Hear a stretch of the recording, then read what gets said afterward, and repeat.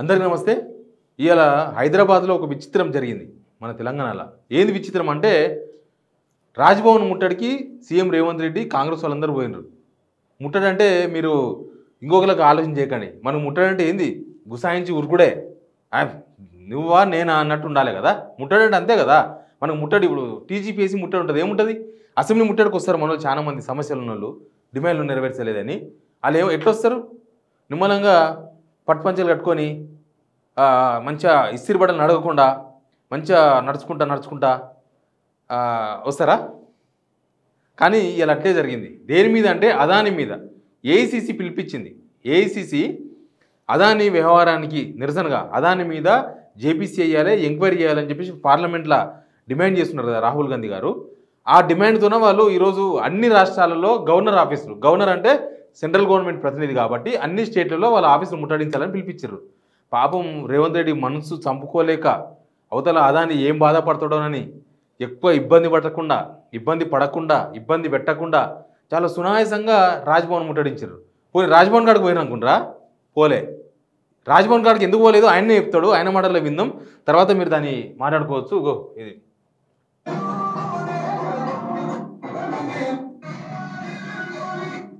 ఏడపోయినా 3 రంగుల పాటలు వేసుకొని తిరుగుడే, ఇంకా 3 రంగులు ఏందో కానీ. మోడీ అదాని జోడీ, దేశ ప్రజలారా కళ్ళు తెరవండి అని ఒక ఫ్లెక్సీ కూడా పట్టుకున్నారు. ఈ పాయింట్ ఒకటి గుర్తుపెట్టుకోండి, ఎందుకంటే తర్వాత మనకు చాలా ఉపయోగపడుతుంది అది. తర్వాత ఆయన మాట్లాడిన మాటలు కూడా చూడాలి మీరు. ఎక్కడి దాకా పోయినారంటే వీళ్ళు రాజ్భవన్ దాకా పోలే.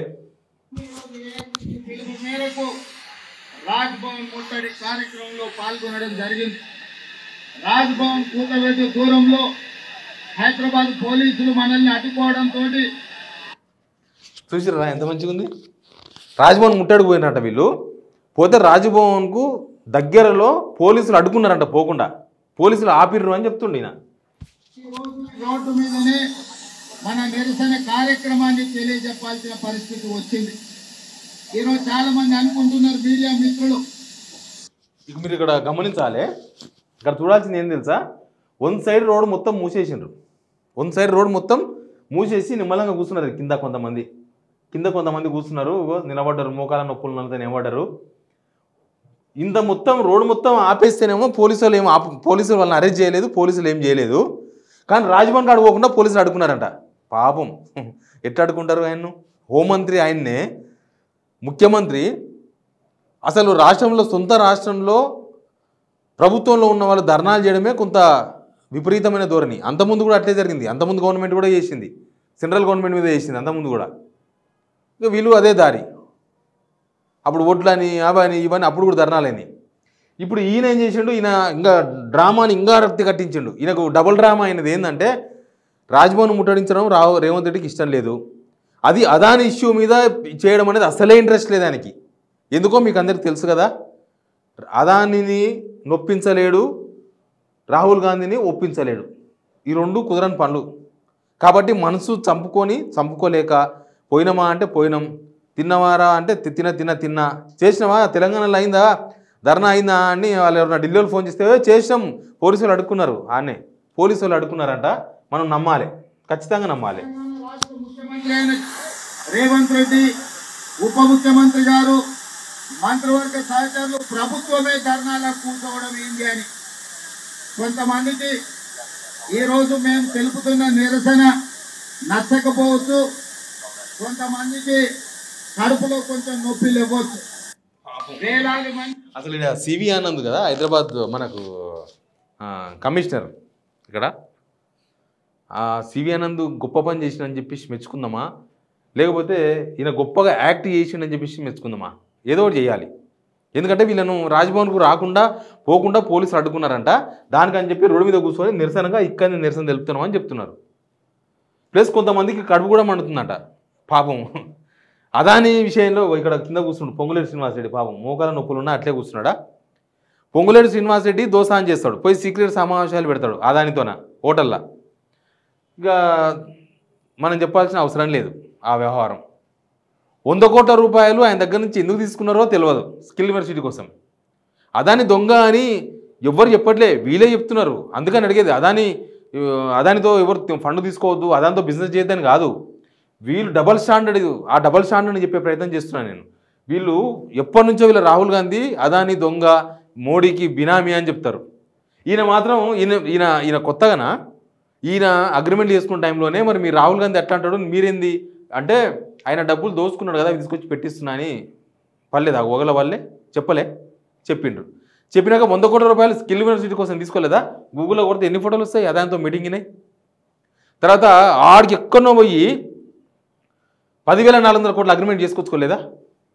అసలు 100 కోట్లు అఫీషియల్గా ముట్టినాయి, అన్అఫీషియల్గా ముట్టినాయి ఏందో లెక్క తెలియలే, ఇప్పుడు తెలియదు అది. ఇంకా ఇప్పుడు తిక్కలేస్తే అదాని అవి కూడా వసూలు చేసుకుంటాడు.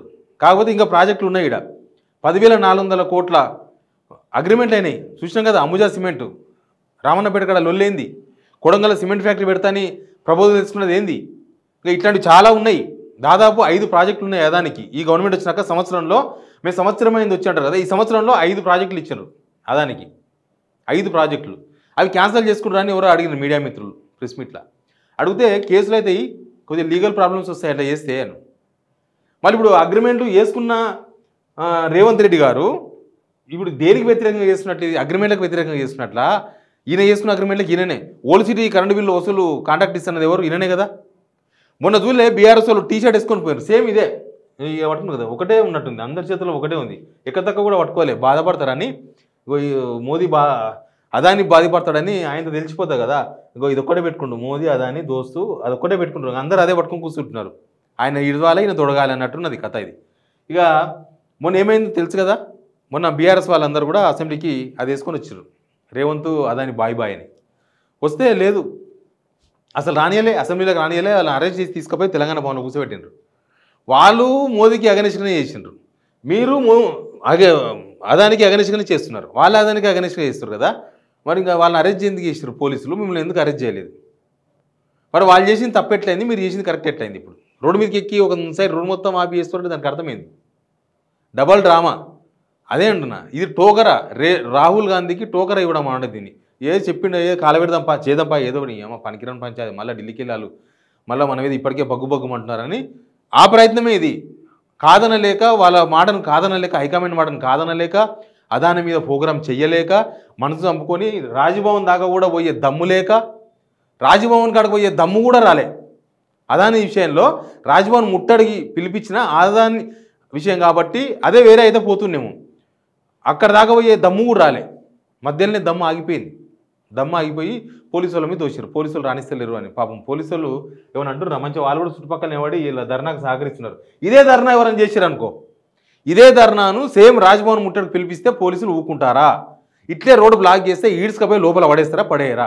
మరి ఈడ్చుకపోని పోలీసులు, వీళ్ళకు ఇక్కడ దాకా రానిచ్చిన పోలీసులు, అంటే ఇక్కడ కూర్చున్నా కూడా సపరేట్ అయిన పోలీసులు రాజ్భవన్ గేట్ కాడికి పోనీకి వద్దనరా? అంటే జోకే జనాలను పిచ్చోళ్ళని చేయడం అనమాట. అంటే అదానితో దోస్తాన్ చేస్తాడు, అదానితో బిజినెస్ చేస్తాడు, అదానితో వ్యవహారం నడిపిస్తాడు, అదానితో అగ్రిమెంట్ చేసుకుంటాడు, బయట అగ్రిమెంట్ లోపల ఏంటో చేస్తాడు, బయట 100 కోట్ల రూపాయలు విరాళం అంటాడు, లోపల అరాజ్ చేస్తారు. ఇవన్నీ నడుస్తాయి. మరి ఇవన్నీ నడిచినప్పుడు మొన్న ఎవరు అడుగుతున్నారు అదాని ఇష్యూ మీద అసెంబ్లీలో మాట్లాడదామని, అవకాశం లేదు.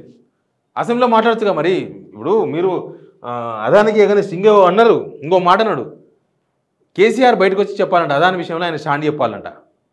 వాళ్ళు ఎప్పటి నుంచో కొట్లాడుతున్నారు, వాళ్ళ స్టాండ్ నెగిటివ్ స్టాండే కదా అదాని పైన ఫస్ట్ నుంచి కూడా. మనకు అనిపించింది కదా అది. ఒకసారి ఒక మీటింగ్లో కలిసారు, తర్వాత మళ్ళీ వాళ్ళ అగ్రిమెంట్లే లేవు. రాష్ట్రంలో అదాని కేవలం కాంగ్రెస్ గవర్నమెంట్ వచ్చినాకనే పెట్టుబడులు పెడుతున్నారు, అంతకుముందు లేవు. మళ్ళీ ఈ డబుల్ స్టాండర్డ్ రేవంత్ రెడ్డి గారిని మనం ఏమనాలి? అదానితో దోస్తాన్ చేస్తే పర్ఫెక్ట్ దోస్తాన్ చేయండి, లేకపోతే పర్ఫెక్ట్గా వ్యతిరేకించండి. కానీ డబల్ డ్రామా ఎందుకు? రాహుల్ గాంధీ మొన్న 100 కోట్లు కూడా ఢిల్లీలో ఫోన్ చేసి క్లాస్ బిక్తే ఇచ్చిర్రు 100 కోట్లు వాపసు. ఇక ఆడికి బయటికి ఇచ్చిన 100 కోట్లు అవి ఎట్టెట్టి ఇచ్చిర్రో ఇవ్వలేదో, ఉత్త ప్రకటన వచ్చిందో కూడా తెలియదు, క్లారిటీ లేదు. ఎనీవే రాహుల్ గాంధీ ఏదైతే కోరుకున్నాడో రాజ్భవన్ ముట్టడించాలి, తీవ్రత మోడీకి తెలవాలనుకున్నాడో ఇక్కడ రాజ్భవన్ ముట్టడించలేదు, తీవ్రత తెలపలేదు. ఇది ఇక్కడ జరిగింది. Please subscribe signal TV.